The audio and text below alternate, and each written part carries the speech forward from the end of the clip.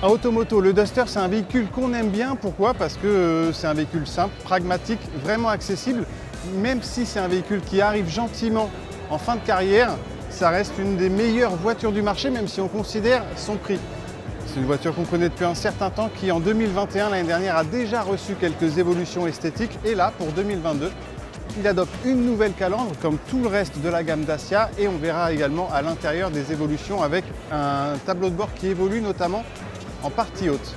Au mondial, Dacia présente cette version, donc c'est la Mat Edition. J'ai envie de dire que c'est presque un collector parce qu'il n'y aura que 3 marchés concernés par cette série, donc la France, la Roumanie et aussi l'Allemagne. Alors il y a évidemment cette nouvelle teinte, il n'y aura que quelques centaines de véhicules produits.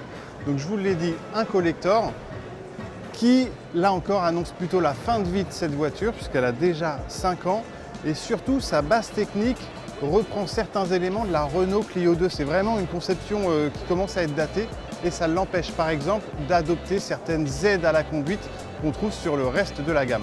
Pour ces évolutions, donc, on retrouve par exemple une nouvelle teinte de carrosserie aussi, mais jusqu'ici le tarif ne bouge pas. Un Duster, c'est toujours 15 990 € en premier prix, avec un moteur essence et GPL 200 chevaux.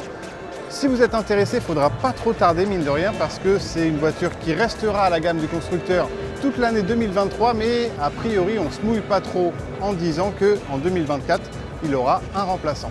Ce Duster, on l'a déjà rencontré, c'est Julien qui est allé le voir avant même ce salon et il vous le présente dans son intégralité. Bienvenue sur Automoto, voilà déjà 5 ans que l'actuelle génération de Duster sillonne nos routes. L'an dernier, il avait profité de l'habituel restylage de mi-carrière pour se refaire une beauté avant son remplacement prévu en 2024. Mais oh surprise, cette année, il profite d'un second restylage. Alors on vous explique pourquoi le best-seller de Dacia profite d'autant d'attention. Souvenez-vous, l'an dernier, Dacia révélait sa nouvelle identité visuelle à travers le concept car Bigster qui arborait un tout nouveau logo et de nouvelles couleurs. Un univers graphique que certaines concessions ont déjà adopté, tout comme les campagnes publicitaires, mais pas encore les modèles de la gamme. Alors généralement, quand une marque change de logo, il faut plusieurs années avant que celui-ci se déploie sur tous les modèles. Chez Renault par exemple, seule la Mégane électrique dispose pour le moment du nouveau losange. Chez Dacia, on va beaucoup plus vite puisque tous les modèles disposent au même moment du nouveau logo sur leur calandre, un cas unique dans l'histoire de l'automobile. De la Spring électrique au Duster, en passant par la Sandero, aucune Dacia n'échappe à cette mise à jour, même le Jogger, pourtant sorti il y a seulement quelques mois. Les designers ont donc redessiné toutes les calandres pour adopter le nouveau logo Dacia Link, c'est son nom, et il s'intègre plutôt harmonieusement avec les signatures lumineuses déjà existantes puisque les optiques ne changent pas par rapport au modèle précédent. Et puis tout ça s'accompagne aussi d'une détox du chrome, aussi bien par souci d'écologie que d'économie. Il est ici remplacé par une simple peinture blanche qui rappelle la lumière des feux de jour. Et à l'arrière, eh bien, les chromes ont également disparu puisque les patronymes désormais figurent sur de simples autocollants, simples mais efficaces.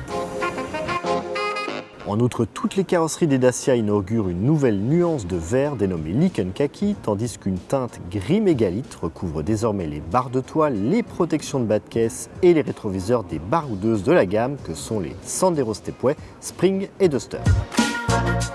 Alors la marque aurait pu en rester là, mais elle a réservé une surprise supplémentaire au Duster et ça se passe à bord. Contre toute attente, le SUV reçoit une nouvelle planche de bord, du moins dans sa partie supérieure, excite le trio d'aérateurs ronds centraux et leurs homologues latéraux. La nouvelle coiffe adopte des sorties d'air de forme oblongue, comme sur les récentes Sandero et Jogger, et qui font écho à la silhouette horizontale du nouveau logo Dacia.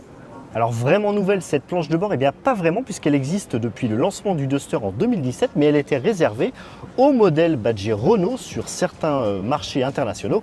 Enfin, dernier détail, comme sur toutes les autres Dacia, eh bien, dorénavant le volant arbore le nom de la marque en toutes lettres dans une nouvelle typographie que l'on retrouve aussi sur les haillons de chaque modèle.